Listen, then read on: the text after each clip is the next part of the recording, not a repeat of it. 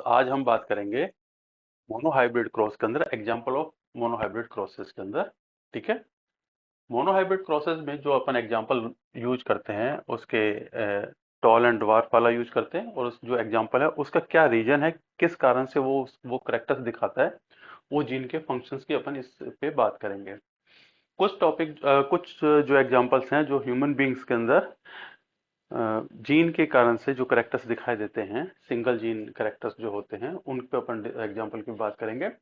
तो monohybrid cross के अपन cross करके देख लिया था कि 3:1 का जो रेशो आ रहा था अपने आपके F2 जनरेशन के अंदर, उस पे अपन बात कर रहे हैं, जिसके अपन पहले बात कर चुके हैं। तो एग्जांपल्स की अगर बात करते हैं तो सबसे पहले अगर अपन एग्जांपल बात करते हैं तो अपन जो बात करते हैं वो कैपिटल टी स्मॉल टी की बात करते हैं, जो नॉर्मली सभी जगह बात होती है। टॉलनेस ड्वार्फनेस की। टॉलनेस और ड्वार्फनेस का रीजन है जिब्रेलिक एसिड का होना।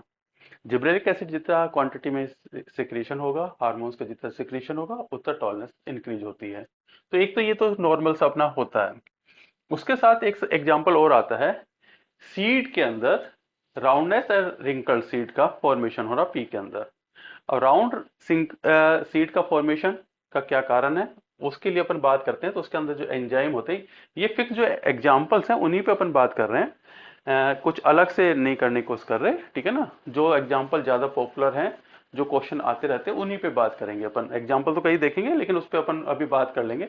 तो अपने पास में मैं हमेशा ये कहता हूँ कि क्वेश्चन को वहीं पे आप ऑब्जेक्ट टाइप के क्वेश्चन निकाल लिया करो। जैसे अगर मैं इस टॉल एंड ड्वार्फ पे बात करते हैं तो पहला क्वेश्चन तो आपके पास ये बन जाता है कि जिब्रेलिक एसिड। दूसरा अपन बात कर रहे हैं ड्वार्फ आपके सीड के शेप के अंदर।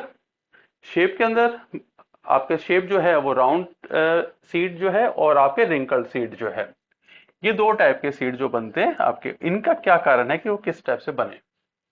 अगर हम देखें तो इसका कारण जो होता है वो होता है जीन, जो एंजाइम कोड कर रहा है। स्पेशली जो जीन है, वो जीन जो है एंजाइम जो एनकोड करता है, वो करता है आपके SBE1, starch branching enzyme first. Starch branching enzyme first. ठीक है। स्टार्च ब्रांचिंग कर रहा है, यानी कि स्टार्च को ब्रांच कर रहा है। ठीक है ना, स्टार्च ब्रांचिंग एंजाइम फर्स्ट की बात कर रहे हैं। तो जहां पर स्टार्च जो होगा वो ब्रांच्ड हो जाएगा। ठीक है ना। देखो यहाँ पे अगर मैं बात करूं, ये डायग्राम के अंदर यहाँ पर अगर देखें अपन, तो यहाँ ब्रांच आ गया। ये एमाइलोपेक्टिन कंडीशन है। जब ब्रांच कंडीशंस के अंदर होगा तो सीड जो होगा वो राउंड शेप के अंदर दिखाई देगा। सीधी सी बात है। ठीक है ना। तो ये एंजाइम जो होता है, जो अपन नॉर्मली अगर बात करें तो उसके अंदर क्या होता है, एमाइलोज के अंदर कन्वर्ट होता है स्टार्च का तो एमाइलोपेक्टिन का फॉर्मेशन होता है इसके अंदर। और एमाइलोपेक्टिन जो होता है वो ब्रांच कंडीशन के अंदर होता है, और उसके कारण से आपके पास में राउंड शेप के अंदर सीड का फॉर्मेशन होता है। अब ये जो जीन होता है वो डोमिनेंट होता है, इसको हम कैपिटल आर से रिप्रेजेंट करते हैं। तो यहाँ पर टॉलनेस का अगर पहला क्वेश्चन था, तो यहाँ पर आपके पास में सेकंड क्वेश्चन, थर्ड क्वेश्चन क्या फॉर्मेशन हो रहा है, ठीक है ना, और फोर्थ क्वेश्चन होमोजाइगस के अंदर अपन देखें तो डोमिनेंट के अंदर अपन बात करें तो फोर्थ क्वेश्चन। ठीक है। उसके कारण से राउंड शेप सीड का फॉर्मेशन होता है। अब रिंकल सीड का फॉर्मेशन कैसे हो रहा है उस पर अपन बात करते हैं। अब जो एंजाइम था, ठीक है ना, एमाइलोपेक्टिन का फॉर्मेशन कर रहा था, वो फंक्शन नहीं करेगा। वो फंक्शन नहीं करेगा, लेकिन उसने कुछ तो किया। ऐसा नहीं होता वो फंक्शन नहीं कर रहा तो रिसेसिव का मतलब ये नहीं तो वो फंक्शन नहीं कर रहा, उसके कुछ और रीजन रहेगा उसका। जब फंक्शन नहीं कर रहा या रिसेसिव कंडीशन के अंदर है, तो यहाँ पर क्या होगा, यहाँ पर होगा कि यहाँ पर जो कन्वर्जन अपन कन्वर्ट हो रहा था स्टार्च, और वो स्टार्च कन्वर्ट ना होके यहाँ पे सुक्रोज बिल्डअप हो जाएगा। ठीक है ना। ये क्वेश्चन हो जाएगा आपके 5 नंबर। सुक्रोज बिल्डअप होने के कारण से क्या होगा, ऑस्मेटिक प्रेशर का मॉडिफिकेशन हो जाएगा या मॉडिफाई हो जाएगा, उसके कारण से वाटर की एंट्री ज्यादा होगी यंग सीड के अंदर। ठीक है। ये क्वेश्चन आ गया 6 नंबर। जब मैच्योर होगा सीड, अब मैच्योर और यंग के अंदर तो वाटर कंटेंट ज्यादा है, मैच्योर होगा तो वाटर कंटेंट यूज हो जाएगा या बाहर चला जाएगा, तो लॉस हो जाएगा वाटर का, और उसके कारण से श्रिंकेज हो जाएगा और रिंकल सीड का फॉर्मेशन हो जाएगा। तो वाटर कंटेंट्स यहाँ पे कम हो जाएगा मैच्योर के अंदर। तो ये नंबर आपके पास में आ गया 7 नंबर। इस टाइप से आपको क्वेश्चन को देखना होता है, समझना होता है कि क्या कारण है कि वो किस टाइप से रिंकल्ड सीट का फॉर्मेशन हो रहा है। इसके बाद अगर मैं दूसरा एग्जांपल देखता हूं तो ह्यूमन बीइंग के अंदर सिस्टिक फाइब्रोसिस का एग्जांपल आता है, काफी पॉपुलर है और ये हमेशा आता रहता है इसके ऊपर, ठीक है ना। तो इसके ऊपर अगर अपन बात करते हैं तो सिस्टिक फाइब्रोसिस के लिए जो रिस्पॉन्सिबल जो है, सबसे पहले डिस्क्राइब इसको 1938 के अंदर किया था, ठीक है ना। अब ये जो चीजें हैं वो याद नहीं करनी होती आपको, क्वेश्चंस बहुत कम चांसेस होते हैं कि ये कोई चीजें पूछी जाए। और 1989 के अंदर इसके मॉलिक्यूलर जेनेटिक्स के तौर पे इसको अपन पहचाना, इसके नॉर्मल एलील को, ठीक है, सिस्टिक फाइब्रोसिस के अंदर, और जीन डिटरमाइन किया कि कौन से प्रोटीन के ऊपर वो फंक्शंस कर रहा है, ठीक है ना। अब आपको साथ साथ मैं ये भी बताता जाऊंगा कि क्या चीजें नहीं याद रखनी होती, ये समझने की जरूरत होती है कि ये चीज है, लेकिन आप ये सोचो कि हर चीज याद कर लोगे, वो तो नहीं हो सकता, ठीक है ना। कुछ चीजें हमें चूज करनी होती हैं, तो इस टाइप से जो क्वेश्चंस हैं उनको बहुत ज्यादा, जिसके अंदर प्रोबेबिलिटी बहुत कम है, उनको आप चूज ना करें, ठीक है ना। तो फर्स्ट डिस्क्राइब हुआ था 1938 के अंदर, नॉर्मल एलील की बात कर रहे हैं। तो यहाँ पर जो प्रोटीन था वो था आपके CFTR प्रोटीन। CFTR प्रोटीन क्या है? Cystic fibrosis transmembrane conductance regulators proteins.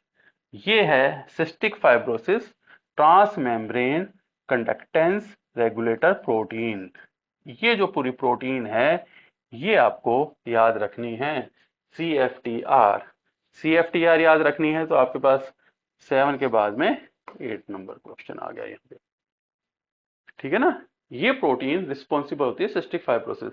अब रिस्पॉन्सिबल कैसे हो गई है, अब उसके लिए बात करते हैं। ये जो प्रोटीन होती है कंट्रोल करती है क्लोराइड आयन के इनटू एंड आउट फ्लो के अंदर, सेल के अंदर आना और जाने को क्लोराइड आयन के अंदर ये कंट्रोल करती है। तो यहां पर आ गया ये 8 नंबर, किसको कंट्रोल कर रही है? क्लोराइड आयन को, ठीक है ना। अब कैसे हुआ इसका फंक्शन, क्या इफेक्ट पड़ा? जब ये नॉर्मल कंट्रोल कर रही होती है, अगर मैं डायग्राम से देखूं, ठीक है ना, तो क्लोराइड का इन और आउट होता रहता है, ठीक है ना, सेल के अंदर, सेल मेम्ब्रेन के ऊपर ये प्रेजेंट होती है। तो अब यहाँ पे भी है, इंट्रिंसिक है एक्सट्रिंसिक प्रोटीन है, वो भी आप समझ सकते हो। इंट्रिंसिक प्रोटीन दिखाई दे रही है, ये क्वेश्चंस भी आ सकते हैं, प्लाज्मा मेम्ब्रेन के साथ जुड़े हुए क्वेश्चंस भी आ सकते हैं, तो ये आपको ध्यान में रखना है यहाँ पर। तो इस मेम्ब्रेन के टाइप के अंदर अगर अपन देखें तो इसके अंदर हम अगर 9 नंबर है तो ये 10 नंबर हो जाएगा, ठीक है ना, ये 10 नंबर हो जाएगा आपका ये वाला क्वेश्चन। कौन से वाले? ये वाला 10 नंबर हो जाएगा, ठीक है। कौन सी मेम्ब्रेन है? ये 10 नंबर इंट्रिंसिक प्रोटीन है, ठीक है ना, CFTR प्रोटीन है। अब यहां पर अगर अपन देखें वर्क कैसे कर रहा है, जब CFTR प्रोटीन एबनॉर्मल कंडीशंस के अंदर रहती है तो ये क्या करती है, ये इस मेम्ब्रेन के साथ कनेक्ट नहीं हो पाती। उसके कारण से क्या होता है, क्लोराइड आयन का ट्रांसपोर्टेशन, या कहेंगे क्लोराइड चैनल्स जो होते हैं, वो क्लोराइड के चैनल्स जो होते हैं, CFTR क्लोराइड चैनल्स जो होते हैं, वो क्लोज हो जाते हैं या फंक्शंस नहीं करते। ये 11 नंबर क्वेश्चन हो गया, ठीक है ना। उसके कारण से क्या होता है कि वाटर रिटेंशन कैपेसिटी बढ़ जाती है और आपके थिक कंडीशंस आ जाती है, डिहाइड्रेट कंडीशन होती है और म्यूकस का डिपोजिशन हो जाता है, mucus buildup on up to outside the cell. ये नंबर हो गया आपके पास 12 नंबर, क्या हो जाता है? म्यूकस बिल्डअप हो जाता है। तो यहाँ पर अगर मैं देखता हूँ डायग्राम के अंदर तो म्यूकस बिल्डअप हो गया है यहाँ पे, अगर ये चैनल फंक्शन नहीं करते हैं, ये म्यूकस बिल्डअप हो गया। उसके कारण से क्या होता है, उसके कारण से क्या होता है कि एयरवेज, या हम कहेंगे रेस्पिरेशन के अंदर एयरवेज जो होते हैं और या सेक्रेटरी ऑर्गन जो होते हैं, वहां पर म्यूकस डिपोजिशन हो जाता है, जैसे पैनक्रियाज वगैरह है। उसके कारण से क्या होगा, रेस्पिरेटरी जो होंगे आपकी ब्लॉकेज हो जाएगी और डायस्टिक आपके ट्रैक के अंदर माल फंक्शंस की कंडीशंस आ जाएगी।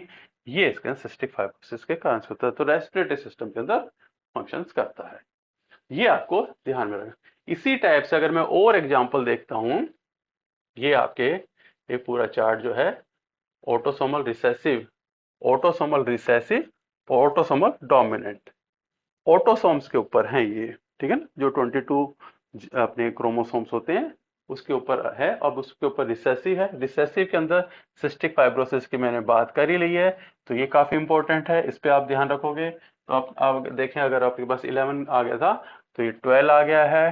12 के अंदर लंग्स इन्फेक्शन हो गया, पुअर डाइजेशन सिस्टम हो गया, मेल इनफर्टिलिटी होगी, पुअर वेट गेन हो गया, साल्टी स्वीट हो गया, ये सारे सारे एग्जांपल्स हो गए। तो सिस्टिक फाइब्रोसिस आपको याद रखना है। फैमिलियर हाइपरट्रॉफिक कंडीशंस एग्जाम्पल है, ज्यादा याद करने की जरूरत नहीं होती, केवल आपको पता होना चाहिए outgrow of the heart muscles है, ठीक है, सडन डेथ हो जाती है। ये इंपॉर्टेंट के अंदर हम नहीं डालते, जो ज्यादा इंपॉर्टेंट है, ऐसे तो बहुत सारे होते हैं, ठीक है ना। गौचर डिजीज है, ठीक है ना, इसमें लीवर और स्प्लीन बड़ा हो जाता है, एनिमल कंडीशंस होती है। और हीमोक्रोमेटोसिस, आपके आयरन रिटेशन हो जाता है, आयरन रिटेशन ज्यादा होगा तो इन्फेक्शन का रिस्क बढ़ जाता है, लीवर डैमेज हो जाता है, ठीक है ना। इस टाइप से आप इस चीज को देखें। पिगमेंटेशन, अगर हम देखें तो एक्सेस द स्किन पिगमेंटेशन होगा, ठीक है ना, ये चीजें। तो आपके पास में ये सारे के सारे आपको इतने ज्यादा ध्यान नहीं देने हैं। फिनाइल कीटोन्यूरिया, इस पे आपको ध्यान में रखना है, ये 30 नंबर क्वेश्चन है। मेंटल रिटार्डेशन हो जाता है। मैं आपको बताते जा रहा हूँ कि क्या आपको नहीं याद रखने हैं, क्या आपको याद रखने हैं। ऐसा नहीं है कि सारी की सारी जो चीजें पढ़ने की होती सारी ही याद की जाती है, वो इतनी याद नहीं होती। तो हमें कंपटीशन बेस पर याद करना होता है।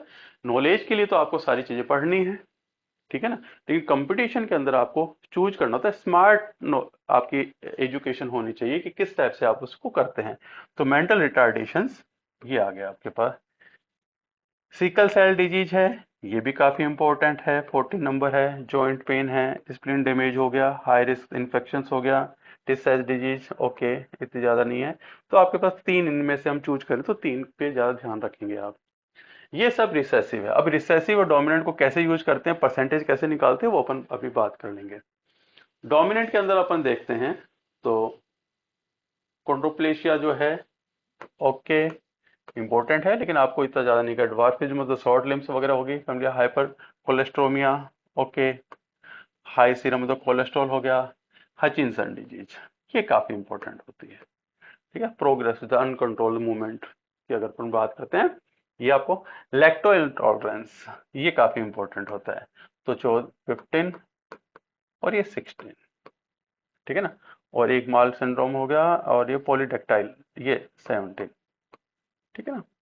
तो ये अब लैक्टो इंटॉलरेंस की अपन ने पहले ही बात की थी। इनएबिलिटी टू डाइजेस्ट लैक्टोज की कॉजिंग क्रम्प इंडाइजेशन हो गया, ठीक है ना। एक्स्ट्रा फिंगर्स अगर अपन देखते हैं कई जनों के हाथों के अंदर है, ठीक है ना, तो उसके अंदर पॉलीडेक्टाइलिस कंडीशंस होती है। ये डोमिनेंट जीन्स के कारण से होता है। ये आप हमेशा ध्यान में रखें, कौन सा रिसेसिव है कौन सा डोमिनेंट है, ठीक है ना। ये चीज आपको ध्यान में रखनी है, क्योंकि ये जब अपन पेडिग्री करते हैं, ठीक है ना, तो हमको ये चीज आती है कि किस सन के अंदर ये करेक्टर्स आएंगे, किस सन के अंदर नहीं आएंगे, फीमेल्स के अंदर आएंगे, मेल्स के अंदर आएंगे। तो आपको ये चीज हमेशा ध्यान में रखनी पड़ेगी। तो एक एक करके याद रखोगे तो वहां तक पहुंचोगे तो काफी चीजें याद हो जाती हैं। तो ये चीज आप ध्यान में रखो। तो 17 क्वेश्चन हो गए अपने यहाँ पे। अब इसको कैसे यूज करते हैं, देखो इसके अंदर परसेंटेज वाइज इसके अंदर क्वेश्चन एक रखा है। Cystic fibrosis the autosomal recessive genetic disorder caused by the mutation of the CFTR genes, okay, ये तो अपन को पता है, अपन को चीज हो गया। If the two heterozygous carrier, heterozygous carrier की बात कर रहा है for the cystic fibrosis, heterozygous condition, cystic fibrosis है, ठीक है ना, एक छोटा एक बड़ा दिखा दिया, रिसेसिव डोमिनेंट का था, has the children, what is the probability of their the offspring will have the cystic fibrosis. हिट्रोस अपने हिट्रोजाइगस कंडीशन है। अब हिट्रोजाइगस कंडीशन के अंदर आ गया तो एक कैपिटल आ गया, एक स्मॉल सी आ गया, ठीक है ना। तो इसके अंदर एक कैपिटल आ गया, एक स्मॉल सी आ गया, और या मैं यहाँ पे स्टार बना दूं, ठीक है ना, ये रिसेसिव के ऊपर है तो यहाँ स्टार बना दें, ठीक है ना। तो यहाँ पर अगर मैं देखता हूँ तो ये दोनों के ऊपर स्टार आ जाएंगे। तो आप ये इन सब के अंदर तो एक डोमिनेंट है, तो ये रिसेसिव वाला तो डोमिनेंट के सामने वर्क नहीं कर पाएगा, ठीक है ना, दिखाएगा नहीं करेक्टर। तो आपके पास में कितना परसेंटेज निकलता है, तो आप अगर उनमें 100 देखते हैं तो 25%, ये सीधा सा आंसर है। अगर मैं इसके अंदर कोई दूसरी डिजिट लेता हूँ जो डोमिनेंट के ऊपर है, तो ये जो कंडीशंस थी आपके पास में, ठीक है ना, ये जो कंडीशन थी जिसको अपन ने स्टार यहाँ पे बनाया है, वो स्टार की बात अगर अपन करें तो यहाँ पर अगर मैं स्टार इसके ऊपर बना देता हूँ, इस कैपिटल के ऊपर, तो यहाँ पर ये कंडीशन ये आएगी, इसके ऊपर आ गया, ठीक है ना। अब यहाँ पर ये इसके ऊपर आया, इसके ऊपर आया, ठीक है ना। तो तीनों के ऊपर 75% तो आ गया जीनोटिपिक, ठीक है ना। या फिर अब यहाँ पर अगर मैं कंडीशंस देखता हूं तो ये हेटेरोजाइगस है, ये कैरियर का फंक्शंस करेगा, ठीक है ना। इस टाइप से आपको ध्यान में रखना है कौन सा क्या चीज है। उसी टाइप से आप हाइपोथेटिकली अगर अपन बात कर रहे होते हैं टॉलरेंस की, अगर बात करते हैं लैक्टो टॉलरेंस की बात करते हैं, तो लैक्टो टॉलरेंस आपका डोमिनेंट कंडीशन के अंदर है। तो उसका तो डोमिनेंट कंडीशन जैसे अपन ने बात की है, डोमिनेंट कंडीशन के अंदर आप उस टाइप से उसका अरेंजमेंट कीजिए और आप परसेंटेज निकाल सकते हो। तो आपको ये वीडियो कैसा लगा, लाइक शेयर एंड सब्सक्राइब कीजिएगा। Thank you very much.